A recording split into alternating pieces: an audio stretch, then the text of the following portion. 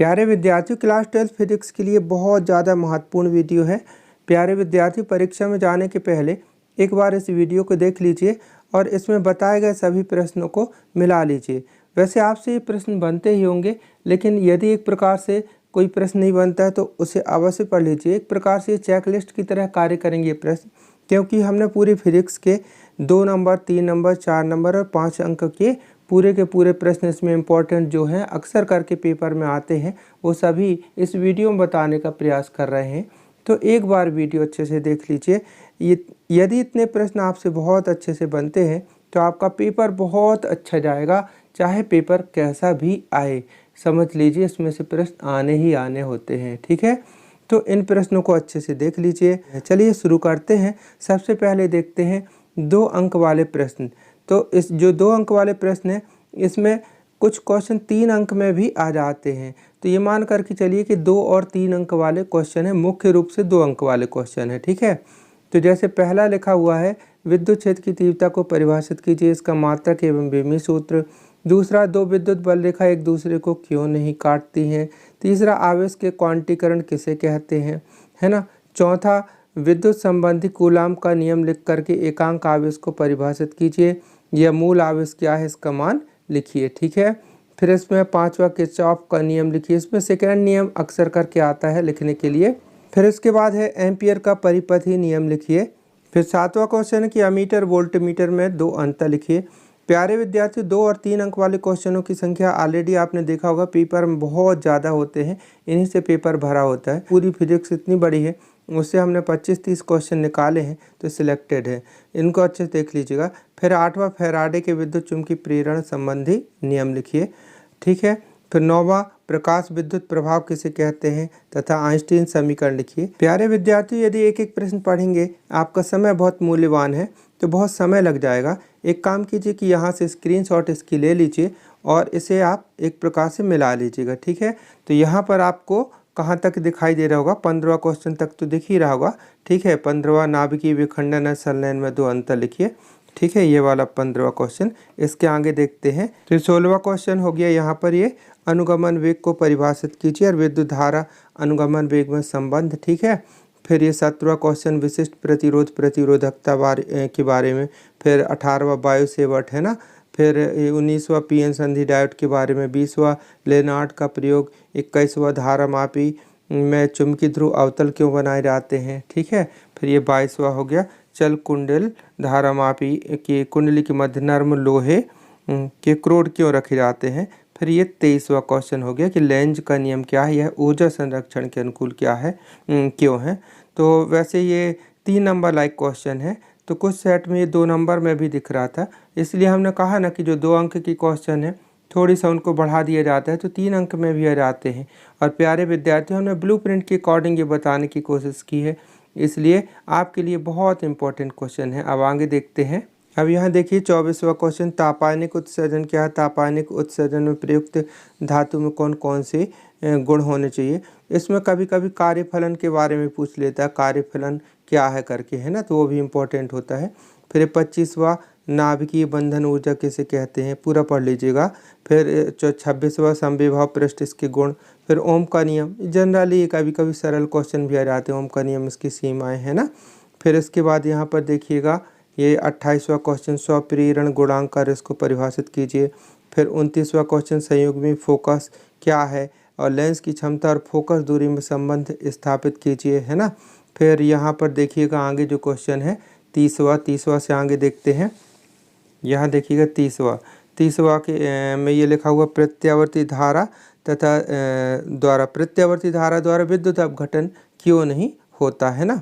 क्योंकि आप जानते हैं ना, प्रत्यावर्ती धारा दोनों डायरेक्शन में बहती है, इसलिए अगर चार्जिंग करेंगे तो ध्रुवता बैटरी की बदलती रहेगी, इसलिए चार्ज नहीं हो पाएगा, है ना। और इसमें यह भी देख लीजिएगा, नांगरे के विद्युत वितरण में प्रत्यावर्ती धारा क्यों प्रयुक्त की जाती है, डीसी क्यों नहीं, है ना।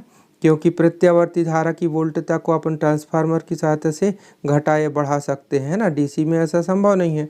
और वैसे डिटेल में पढ़ लीजिएगा। फिर है प्रत्यावर्ती धारा दिष्ट धारा में कौन अधिक खतरनाक है एवं क्यों। फिर 32वां क्वेश्चन है कि संधारित्र डीसी धारा को क्यों रोक देता है ना।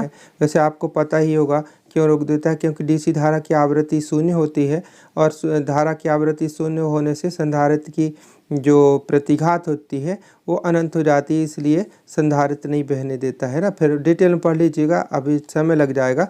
फिर 23वां प्रकाश का व्यतिकरण क्या है या ऊर्जा संरक्षण के अनुकूल क्यों है? ये क्वेश्चन 3 नंबर में भी पूछा जाता है। फिर संपोषी और विनाशी व्यतिकरण क्या है और इनमें अंतर लिखिए। ठीक है, तो इम्पोर्टेंट क्वेश्चन हुए। ये मुख्यतः 2 नंबर वाले क्वेश्चन है, लेकिन इसमें कुछ 3 अंक वाले प्रश्न भी शामिल हैं। अब आगे देखते हैं 3 अंक वाले क्वेश्चन। तो 3 अंक वाले क्वेश्चन में अक्सर करके कुछ प्रश्न 4 अंक में भी पूछे जा सकते हैं। जो 3 अंक वाले प्रश्न होते हैं वही 4 अंक में भी कभी कभी आ जाते हैं, तो इसलिए हमने लिखा 3 अंक वाले प्रश्न आप लिख करके 4 अंक वाले लिख दिए हैं। बहुत ज़्यादा इंपॉर्टेंट है सेल के आंतरिक प्रतिरोध हेतु सूत्र, जिसको आप पढ़ सकते हैं कि सेल के आंतरिक प्रतिरोध टर्मिनल वोल्टता और विद्युत धारा में संबंध स्थापित कीजिए, किन कारकों पर निर्भर करता है।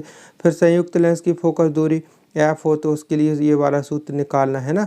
फिर एक यहाँ पर ये प्रश्न है कि 1 मीटर त्रिज्या के एक खोखले चालक गोले को 1 कूलाम आवेश दिया जाता है, तो गोले के अंदर पृष्ठ पर और पृष्ठ के बाहर विद्युत विभव कितना होगा, गणना कीजिए। फिर लेंस सूत्र निकालना, फिर ये दर्पण सूत्र निकालना, बहुत सरल है, आ जाते हैं।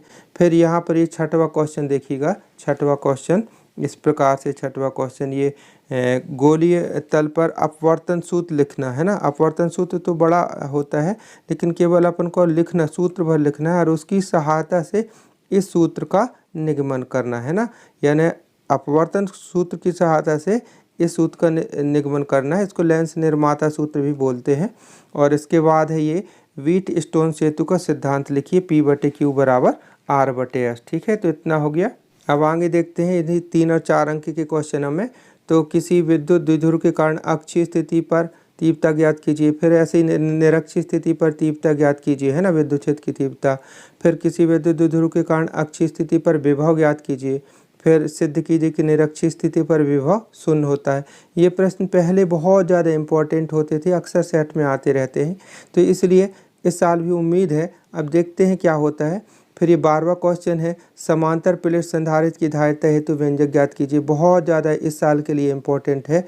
और फिर यहाँ पर देखिएगा ये 13वां क्वेश्चन, ठीक है ना। 13वां क्वेश्चन क्या है, 3 संधारित्रों को श्रेणी क्रम और समांतर क्रम में जोड़ा जाता है, तो तुल्य धारिता हेतु व्यंजक ज्ञात कीजिए ना। संधारित्रों का समूहन के ऊपर क्वेश्चन है, ठीक है। फिर 14वां क्वेश्चन है, विद्युत वाहक बल और विभवांतर में अंतर लिखिए, ठीक है ना। फिर 15वां क्वेश्चन है, सेलों का श्रेणी क्रम और समांतर क्रम में संयोजन हेतु व्यंजक ज्ञात कीजिए और कौन सा संयोजन लाभप्रद होगा। प्यारे विद्यार्थी, ये कोई एक आएगा तो एक आएगा, श्रेणी क्रम आएगा या समांतर क्रम आएगा, है ना, उसके लिए व्यंजक आएगा, ठीक है ना। तो अब कौन सा आ सकता है, इसलिए दोनों पढ़ लेना चाहिए अपन को। और ऐसा भी प्रश्न इसको शॉर्ट करके भी आ सकता है कि श्रेणी क्रम, सेलों का श्रेणी क्रम और समांतर क्रम संयोजन में कौन सा संयोजन कब उचित है, ऐसा करके भी आ सकता है, ठीक है। तो ये प्रश्न हो गए। इसके बाद आगे देखते हैं। अब इसके बाद 4 अंक वाले प्रश्न आप लिख करके, हमने 5 अंक वाले इसलिए लिख दिया है क्योंकि ये प्रश्न कोई 4 अंक में भी आ जाता है, कभी वही क्वेश्चन 5 अंक में भी आ जाता है, ठीक है। तो इनको देख लीजिए। ये प्रश्न बहुत ज़्यादा इंपॉर्टेंट है इस साल। पहला ही कि दिष्टकारी क्या है, पीएन संधि डायोड का उपयोग अर्ध तरंग दिष्टकारी के रूप में समझाइए या कि फिर पूर्ण तरंग दिष्टकारी के रूप में समझाइए। एक आएगा, इसमें से कोई आएगा, तो ठीक है ना। तो ये इंपॉर्टेंट है। फिर है गेट में क्वेश्चन बनता कि नैंड गेट से और एंड और नॉट गेट कैसे प्राप्त कर सकते हो, आवश्यक आरेख खींचिए, बूलियन व्यंजक वगैरह सत्यता सारणी। फिर इसके बाद है ये 3रा क्वेश्चन, पीएन संधि डायोड में अग्र व पश्च अवनीति समझाइए। फिर गेट का एक और क्वेश्चन बनता है, इंपॉर्टेंट ही है ये, कि सार्वत्रिक गेट कैसे कहते हैं ना, एंड और नॉट और नॉर नैंड गेट का बूलियन व्यंजक और सत्यता सारणी बनाइए, है ना, प्रतीक सहित। फिर ये ट्रांसफार्मर का ज़्यादा आईएमपी लग रहा है, ये ट्रांसफार्मर दिष्टकारी, पहला क्वेश्चन है, 5वां ज़्यादा लग रहा है कि ट्रांसफार्मर का वर्णन निम्नांकित शीर्षकों में कीजिए, परिणाम, अनुपात, सिद्धांत, चित्र और प्रकार, है ना। इसके बाद फिर ये प्रत्यावर्ती धारा डायनामो, प्रत्यावर्ती धारा जनित डायनामो का सचित्र वर्णन कीजिए, ठीक है। इसके बाद ये 7वां क्वेश्चन देखिए, बहुत ज़्यादा आईएमपी है। एलसीआर प्रत्यावर्ती धारा परिपथ में परिणामी वोल्टेज, प्रतिबाधा, कलांतर और परिणामी धारा हेतु व्यंजक ज्ञात कीजिए। एलसीआर नहीं लिख करके आएगा, इसका पूरा नाम लिख करके आएगा कि प्रेरकत्व, संधारित्र और प्रतिरोध, ओमी प्रतिरोध युक्त प्रत्यावर्ती परिपथ में निम्नलिखित को ज्ञात कीजिए, इस टाइप से आएगा, ठीक है। फिर इसके बाद है ये क्वेश्चन 8वां क्वेश्चन, जब प्रत्यावर्ती धारा परिपथ में केवल प्रेरक कुंडली यानी L हो तो प्रतिघात के लिए सूत्र ज्ञात कीजिए और परिणामी वोल्टेज हेतु। ठीक है। फिर ये 9वां क्वेश्चन देखिए 4 और 5 अंकों में, ये भी बहुत ज़्यादा इस साल IMP लग रहा है। सिद्ध कीजिए PAV बराबर औसत शक्ति हेतु सूत्र से, जो PAV बराबर VRMS गुणित IRMS गुणित cos फाई। ठीक है। फिर प्रिज्म के अपवर्तन हेतु सूत्र क्या, 4 और 5 अंक में बड़े क्वेश्चन ही आते हैं। ठीक है ये। और फिर 11वां क्वेश्चन, इसकी बात कर रहे थे, गोली पृष्ठ अपवर्तन हेतु सूत्र, ये बड़ा होता है, 5 अंक ही लायक है। और वहाँ अपन ने पढ़ा है तो उसमें ये कहा गया था कि इस सूत्र की सहायता से लेंस निर्माता सूत्र का निगमन करें, जो अभी आपने 3 अंक में देखा था। ठीक है ना। फिर इसके बाद 12वां क्वेश्चन है, सरल सूक्ष्मदर्शी की आवर्धन क्षमता हेतु सूत्र ज्ञात कीजिए। वेरी मोस्ट इंपॉर्टेंट क्वेश्चन है, सरल और संयुक्त में से एक प्रश्न जरूर आएगा। ठीक है ना। ये मान करके चलिए कि 12वां 13वां 14वां में से एक प्रश्न आना चाहिए, है ना, 100% ऐसा लग रहा है। फिर 15वां क्वेश्चन है, प्रत्यावर्ती RC परिपथ में फेजर आरेख, RC परिपथ में फेजर आरेख बनाते हुए परिणामी वोल्टेज, प्रतिबाधा, कलांतर और परिणामी धारा हेतु व्यंजक ज्ञात कीजिए RC परिपथ में। ये पूरा क्वेश्चन है। ठीक है। वहाँ नहीं दिख रहा होगा, अब देख लीजिएगा। ठीक है। तो ये हो गया RC परिपथ का हो गया। अब इसके बाद यहाँ देखते हैं 16वां क्वेश्चन। ये क्वेश्चन अभी किसी सेट में मेरे को दिखा नहीं, लेकिन अक्सर करके पहले प्रश्न लगातार चला आता था, तो इसलिए इसको नज़रअंदाज नहीं करना है, आपको पढ़ लेना है। बहुत ज़्यादा IMP क्वेश्चन माना जाता था। क्या दोलित्र क्या है, ट्रांजिस्टर का दोलित्र की तरह उपयोग समझाइए। ठीक है, ज़रूर देख लीजिएगा। ठीक है। फिर इसके बाद है प्रत्यावर्ती परिपथ। प्रत्यावर्ती धारा परिपथ के हमने सभी प्रश्न बता दिए हैं, क्योंकि यहाँ से हर साल कोई ना कोई प्रश्न आता है। यहाँ LC परिपथ भी तैयार कर लेना है, LC परिपथ। ठीक है। ठीक है। अब इसके बाद कई बार क्या होता है, छोटे छोटे क्वेश्चनों को जोड़ करके भी बड़ा क्वेश्चन बना दिया जाता है, पेपर को एकदम मतलब एक प्रकार से सरप्राइज देने के लिए, है ना। सब विद्यार्थी इंपॉर्टेंट बड़े बड़े क्वेश्चन पढ़ लेते हैं, छोटे क्वेश्चन छोड़ देते हैं जहाँ से नहीं आना होता। तो ये प्रश्न भी देख लीजिएगा। कुल मिलाकर के कहने का मतलब क्या है कि वाटहीन धारा क्या है ना। 2 प्रश्न जोड़ दिए, बन गया 5 नंबर का प्रश्न कि वाटहीन धारा क्या है, वाटहीन धारा क्या है। और दूसरा प्रतिरोध, प्रतिघात और प्रतिबाधा में अंतर लिखिए। ठीक है। इसके बाद 19वां क्वेश्चन है, उभयनिष्ठ उत्सर्जक विधा में ट्रांजिस्टर का प्रवर्धक की तरह अनुप्रयोग समझाइए, धारा लाभ, वोल्टेज लाभ, शक्ति लाभ हेतु सूत्र भी ज्ञात कीजिए। प्यारे विद्यार्थी, प्रश्न बहुत सिलेक्टेड क्वेश्चन है। ये मान करके चलिए, यदि इतना प्रश्न आपसे बनते हैं तो आपको डरने की कोई ज़रूरत नहीं, बहुत अच्छा पेपर जाएगा। मैं आज की डेट पे बोल रहा हूँ, तो आप इनको अच्छे से एक बार देख लीजिए। प्रायः बनते होंगे, जो नहीं बनते होंगे उनको एक बार और देख लीजिएगा। और हाँ, ये ध्यान रखिएगा, इस साल के पेपर में न्यूमेरिकल क्वेश्चन तीन कम से कम 3 न्यूमेरिकल आएंगे, और उनके अथवा में भी न्यूमेरिकल क्वेश्चन रहेंगे, इसलिए इनको नज़रअंदाज नहीं करना है। हमने न्यूमेरिकल क्वेश्चन के 2 वीडियो अभी कुछ ही दिन पहले बनाए थे, 12th फिजिक्स की प्लेलिस्ट पे है, उसमें देखिएगा, वो वीडियो मिल जाएंगे। और उसी प्लेलिस्ट पे हमने 1 अंक वाले क्वेश्चन और 2 अंक वाले क्वेश्चन हल सहित डिटेल में समझाए हैं। उन वीडियो को प्लीज़ देख लीजिएगा, आपका पेपर बहुत अच्छा जाएगा, बहुत लाभ होगा, बहुत हेल्प मिलेगी उन वीडियो से। तो प्यारे विद्यार्थियों, हमने एक छोटा सा प्रयास किया, अपनी तरफ से एक छोटी सी हेल्प पहुंचाने की कोशिश की। प्यारे विद्यार्थी, वीडियो कैसा लगा? अच्छा लगा हो तो अपने दोस्तों तक ज़रूर शेयर कीजिएगा। समय बहुत कम है। बहुत बहुत शुभकामनाएं, आपका पेपर बहुत अच्छा जाए। प्यारे विद्यार्थी, मिलते हैं अगले वीडियो पर, तब तक के लिए बाय, थैंक यू, जय हिंद।